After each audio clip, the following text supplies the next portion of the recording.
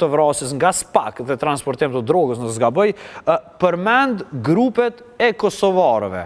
A i thot se kam një grup nga Kosova të gatshëm në qoftë se na duhet. Dhe dua t'i lidh këto dy gjëra. Kush janë këto grupe nga Kosova? A ka mundësi që ish ushtarët të UÇK-s hipotetikisht apo persona të cilët në të kaluarën kanë pasur ndonjë përvojë ushtarake që janë sot në Kosovë të kryejnë vrasje me pagesë në Shqipëri dhe e njëjta të ndodhet në Kosovë, pra vrasësit me pagesë nga Shqipëria të vinë të kryejnë vrasje këtu.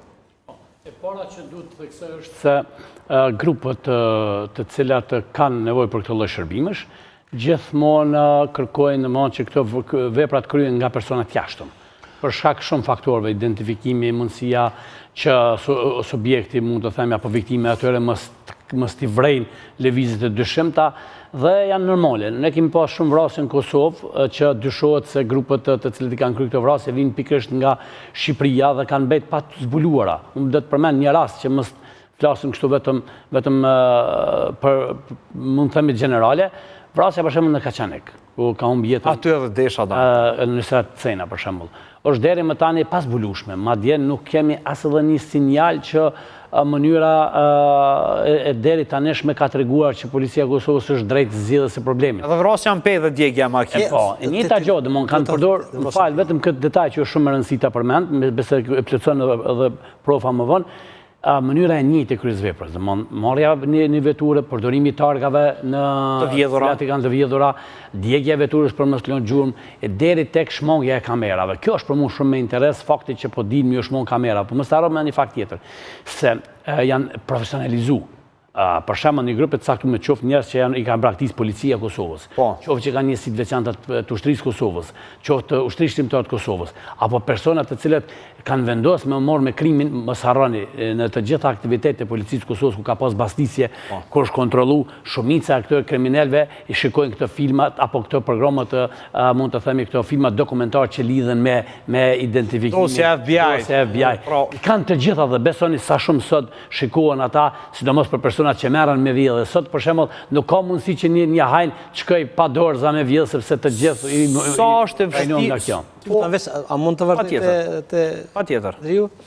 Tek mënyra e kryerjes, pra në aspektin kriminalistik, domethënë sot profesionistë të cilët kryen qoftë vrasje, qoftë kryerje, të vepra penale të ndryshme pas plaçkitje të tjera, saktësisht e njohin punën dhe mënyrën e ekspertëve të kriminalistikës se si vjetë punë operative.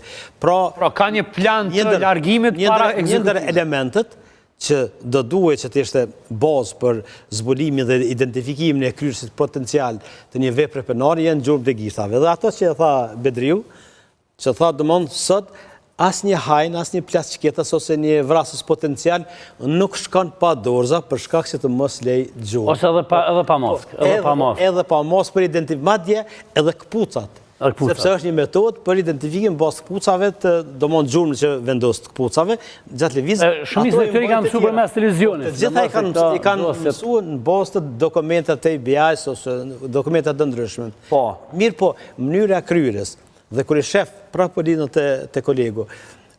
Kur shef kur mbase është fjala për vrasje, e këshyr e njëjta mënyrë, ekzekutimi, mirët vetura, qohet një pjesë të veçantë, digjet që mos të identifikohet ajo veturë. Edhe një plotësim është me interes me përmend. Patjetër.